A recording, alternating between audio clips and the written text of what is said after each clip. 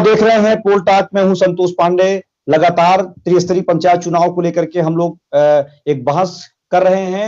कई दिनों से ये बहस चल रही है, लेकिन आज वोटिंग हुई है पहले चरण की।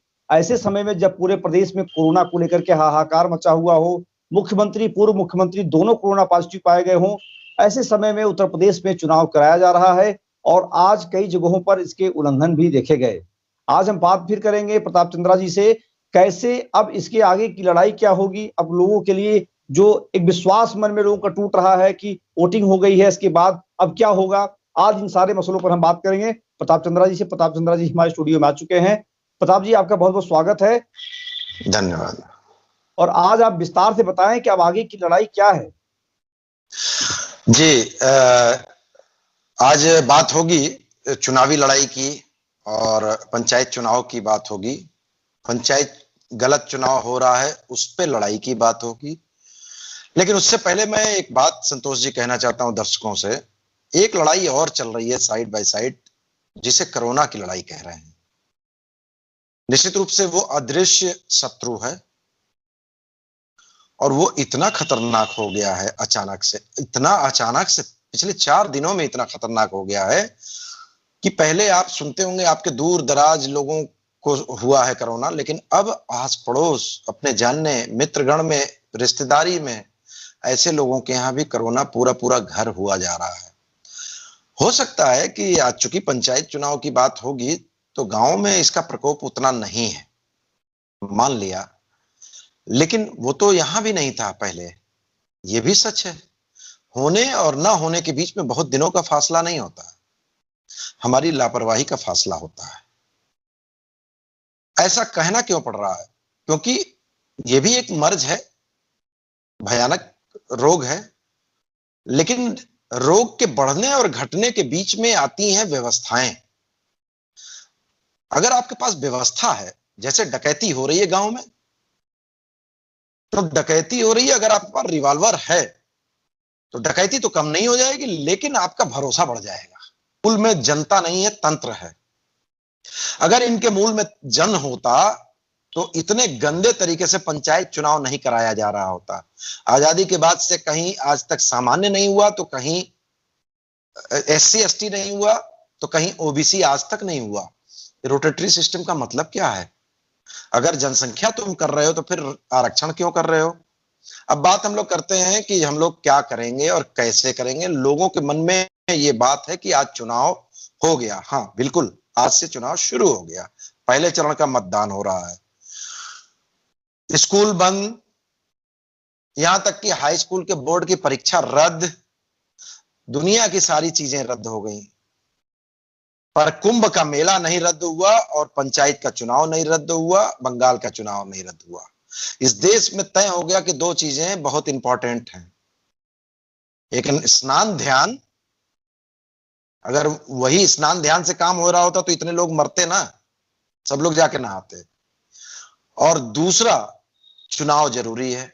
जबकि टालने के लिए आप लोगों को मालूम है कि हमारे चिट्ठी पे 2 दौर की बातचीत हुई। हमारी व्यक्तिगत जानकारी है, टालने की पूरी प्रक्रिया हो चुकी थी। कल हाईकोर्ट में स्पेशल सुनवाई हुई शाम को 5 बजे। हाईकोर्ट ने भी कहा कि भाई अब हम बीच में नहीं रोक सकते।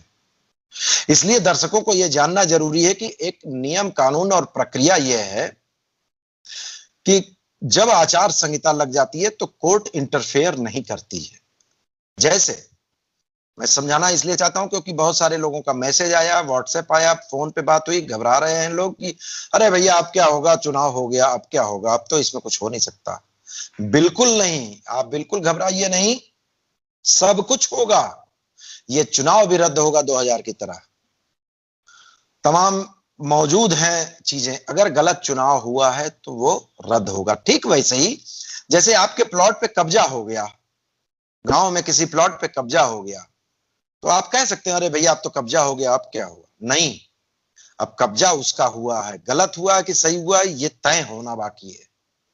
वो तय होगा, अगर कि गलत है तो कब्जा आपको मिलेगा। प्रधान, जिस प्रधान ने गलत कब्जा कर लिया है वो प्रधानी उसकी जाएगी और वो कब्जा हुआ आपको मिलेगा। यानी कि आरक्षण अपने ढंग से लागू होगा। और अगर सही हुआ होगा तो नहीं होगा, सही हुआ नहीं है, ये सबको मालूम है। आपत्तियों का निस्तारण नहीं हुआ है। हमारे पास सबसे बड़ा ग्राउंड है, बिना निस्तारण के रूल है कि आप चुनाव नहीं करा सकते। उसी तरीके से रोटेटरी सिस्टम से होना चाहिए आरक्षण, यानी कि 95 की बात क्यों होती है पहले ये जान लीजिए आप लोग। 5 आरक्षण है, वो पांचों में 5वें चुनाव में उसका फिर से आ जाना चाहिए। बहुत जगहों पे तो एक बार भी नहीं आया आज तक। तो जिनका 95 में आरक्षण हुआ था वो इस बार रिपीट होना चाहिए, कायदा ये कहता, लेकिन ऐसा नहीं हुआ। और ये बात सरकार ने पहले, यानी चुनाव आयोग ने सबसे पहले 95 की लिस्ट जारी की, उसके बाद।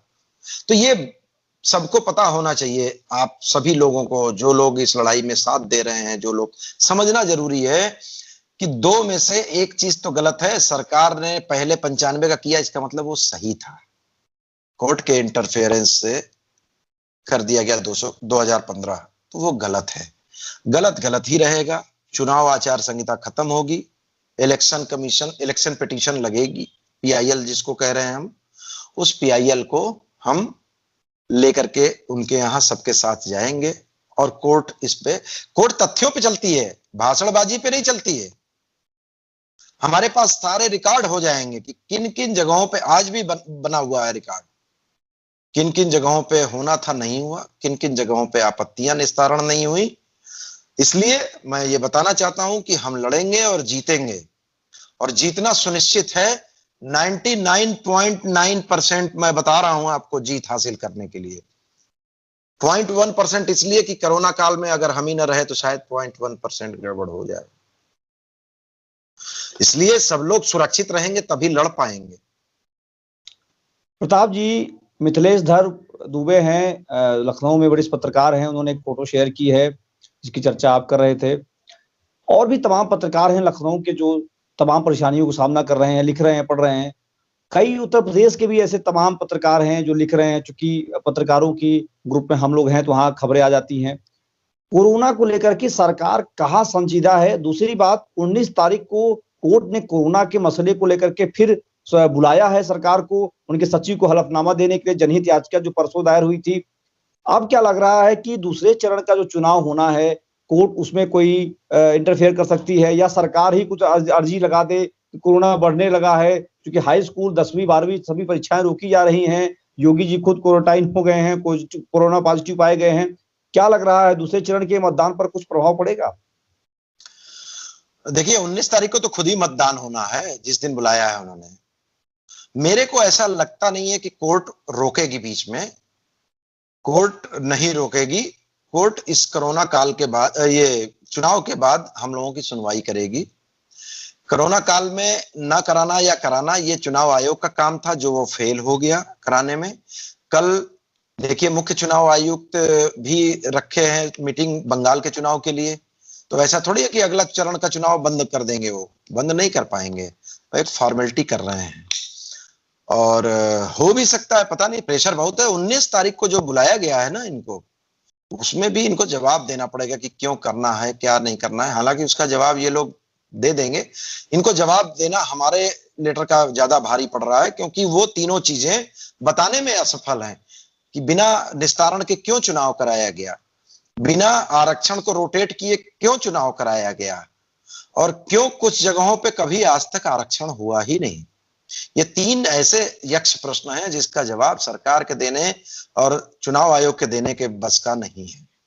नहीं, जैसे आज जो वोटिंग हुआ है आप देख रहे हैं, सिद्धार्थ नगर के एक विराट शुक्ला जी हैं, प्रियंका शुक्ला जी हैं, बीकेटी की रहने वाली हैं, तमाम ऐसे जो लोग हैं जो हमसे चर्चा कर रहे हैं, जो बातचीत कर रहे हैं। आज जो चुनाव हुआ है इसमें कई जगहों पर फायरिंग हुई है, कई जगहों पर मतदान स्थगित करा दिया गया, क्योंकि वहां पर 3 प्रत्याशियों का निधन हो गया कोरोना की वजह से। इन सभी चीजों को देखते हुए जो उल्लंघन हो रहा है, जो खामियां आ रही, जो परेशानियां हो रही हैं, प्रशासन फेल हुआ है।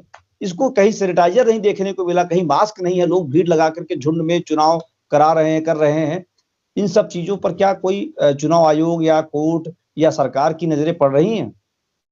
पढ़ने से कोई फायदा नहीं है। ये जब चुनाव हो जाएगा तो इलेक्शन पिटीशन में ये सारी बातें होंगी। मैंने बताया, एक बात जान लीजिए आप लोग, कि आपके प्लॉट पे किसी ने धन बल से कब्जा कर लिया, उसको आप नहीं रोक पाए। लेकिन वो कब्जा किए रहेगा हमेशा, ये जरूरी नहीं है। ऐसे तमाम उदाहरण आपके गांव में ही मिलेंगे जहां पे कि किसी ने कब्जा कर लिया, जब उसकी बात सुनवाई हुई, सही सही होता है, गलत गलत होता है, उसका कब्जा निकाला गया, हटाया गया, छुड़वाया गया। तो इसमें निराश होने जैसा कुछ नहीं है। सिस्टम वही काम कर रहा है जो मैं बता रहा हूं, उदाहरण दे करके समझने के लिए। कब्जा करके धन बल से अगर आप चुनाव करा देते हैं, वो चुनाव फ्री एंड फेयर नहीं माना जाएगा। और फ्री एंड फेयर नहीं माना जाएगा तो सुप्रीम कोर्ट की सेटिल गाइडलाइन है कि वो बोगस चुनाव खारिज किया जाएगा। प्रताप जी, एक आखिरी सवाल है मेरा। हम लोगों ने 2-3 दिन पहले एक शो किया था, इसमें आप आए थे। आपने कहा 4-5 दिनों बाद हम लोग लखनऊ में बुला सकते हैं। अब तो जो लखनऊ के हालात हैं, लखनऊ के जो हालात हैं वो 4-5 दिनों नहीं, मुझे लगता है कि कम से कम ये कितने दिन जाएंगे इनकी कोई गणना नहीं की जा सकती है। अब उस पर क्या अपना क्या होगा, अगली कार्रवाई इस पे क्या होगी? जब कोरोना का काल कम होगा, हम किसी का संकट में जान नहीं डाल सकते और इसके अलावा कोई और रास्ता हमारे पास नहीं है। जब कम होगा तभी हम बुला पाएंगे। अगर हम सबको इंडिविजुअल भेज दें पिटीशन और उनसे साइन करा लें, तो हम 400 पिटीशन गड्डर 400 लेकर के नहीं जा सकते, ना कोर्ट उसको एक्सेप्ट करेगी। इसीलिए एक ही में सारे लोगों को जाना बनता है। वेट करना होगा, इतने दिन वेट किए, 5 साल, कोई जल्दी नहीं थी। रुक जाइए, थोड़ा वेट कर लीजिए, हालात सामान्य होने दीजिए। कोई भागा नहीं जा रहा है। जान है तो जहान है। हम लोग भी घर में कैद हैं, खुद से आइसोलेट किए हुए हैं। हमारे बिग ब्रदर बड़े भाई रहते हैं, पूरा घर कोरोना से पीड़ित है। हम बचे हुए हैं, कब तक मालूम नहीं।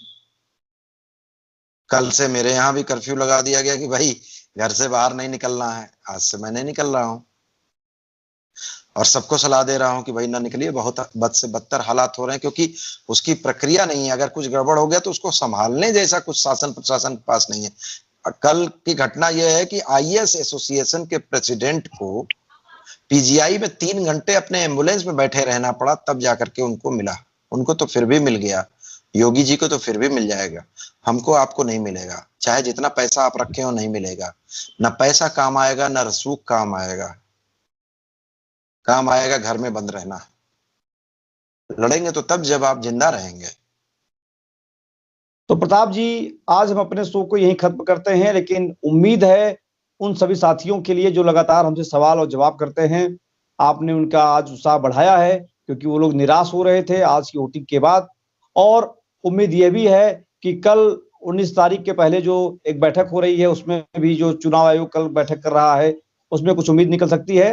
तो हम उम्मीद करेंगे कि अगली बार फिर आप आए और कुछ नई चीजों के साथ आएंगे, आप फिर इनका उत्साह बढ़ाएंगे। तमाम के सवाल रहते हैं, उन सवालों का आप जवाब देंगे। आज बस इतना ही, लेकिन तब तक के लिए धन्यवाद। जय हिंद, जय भारत।